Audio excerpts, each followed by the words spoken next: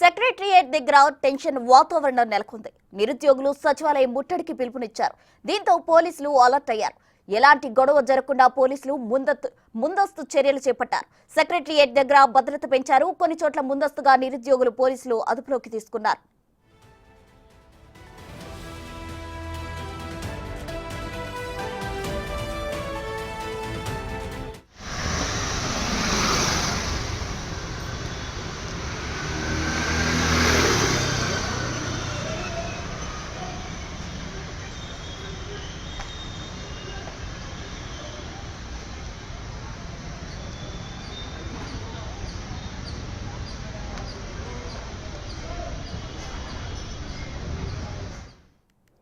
మరిన్ని వివరాలు మా ప్రతినిధి సాదిక్ అందిస్తారు.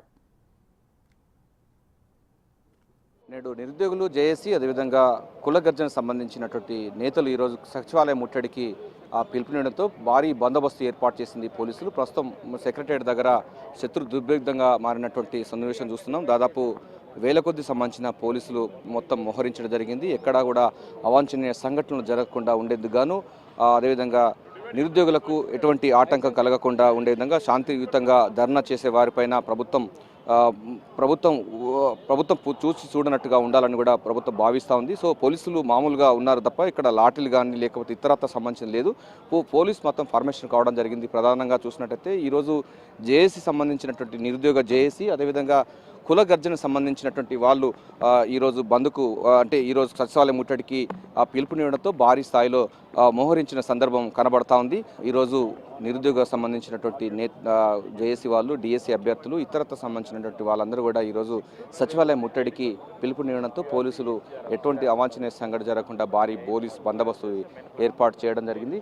ప్రధానంగా మనకు ఎవరైతే ఆందోళనకారులు కనుక సచివాలయంకు వస్తే మాత్రం సచివాలయంలో దగ్గర ఉన్నటువంటి భారీగా ఇక్కడ వ్యాన్స్ కూడా ఏర్పాటు చేయడం జరిగింది. సో వారందరినీ కూడా ఎప్పటికప్పుడు అరెస్ట్ చేసి పోలీస్ స్టేషన్లకు తదితర ప్రాంతాలకు తరలించేందుకు అయితే సిద్ధంగా చేస్తున్నటువంటి పరిస్థితి కనబడతా ఉంది. సో సచివాలయం పరిసర ప్రాంతాలంతా కూడా పోలీసుల యొక్క దిగ్బంధంలో ఉన్నట్టుగా మనకు స్పష్టంగా వీడియోస్లో అర్థమవుతున్న పరిస్థితి కనబడుతుంది. గతంలో ఎన్నడూ లేని విధంగా ఈరోజు అయితే ఉద్యోగులు అంటే ఉద్యోగ సంఘాలు సంబంధించిన వారు కూడా వీరికి మద్దతు ఇవ్వడంతో ఈరోజు సచివాలయం ముట్టడి అన్నది ఎట్లా ఉండబోతుందని పైన కూడా ఆందోళనగా అనిపిస్తుంది. ప్రధానంగా చూసినట్లయితే పోలీసులు ఎటువంటి విపత్కర పరిస్థితిని ఎదుర్కొనేందుకు గాను సిద్ధంగా కనబడుతున్న సందర్భం కనబడుతుంది. పోలీసు వ్యాన్స్ కూడా ఉంది. సో సచివాలయం ప్రధానమైనటువంటి సౌత్ ఈస్ట్ దగ్గర ఉన్నటువంటి దాదాపు 50 వాహనాల వరకు కూడా పోలీసు వాహనాలను ఇక్కడ మోహరించడం జరిగింది. మరోవైపు 2000 మంది పోలీసులు కూడా అదనపు బలగాలు మహిళా పోలీసులు కూడా ఉండడం జరిగింది. ఎందుకంటే గత కొద్ది రోజులుగా డిఎస్సీని పోస్ట్పోన్ చేయాలని గ్రూప్ 2 సంబంధించి వాటిలో పోస్టులు పెంచాలని ఇతరత్ర సంబంధించిన నిరుద్యోగులందరూ కూడా ఈరోజు దశల వారీగా వాళ్ళు ఆందోళన చేస్తున్నారు. ఈరోజు సచివాలయం ముట్టడికి ఉండబోతుంది. ఉదయం 10 గంటలకు ముఖ్యమంత్రి రేవంత్ రెడ్డి కూడా ఆర్థిక శాఖపై రివ్యూ చేస్తున్న సందర్భంలో ఇక్కడ ఎటువంటి అవాంఛనీయ సంఘటన జరగకుండా ఉండేందుకు గాను పోలీసులు అయితే భారీ బందోబస్తు చేస్తున్నటువంటి పరిస్థితి కనబడుతుంది. సో గతంలో ఎన్నడూ లేని విధంగా భిన్నంగా ఇక్కడ పోలీసులు మాత్రం మోహరించడం జరిగింది.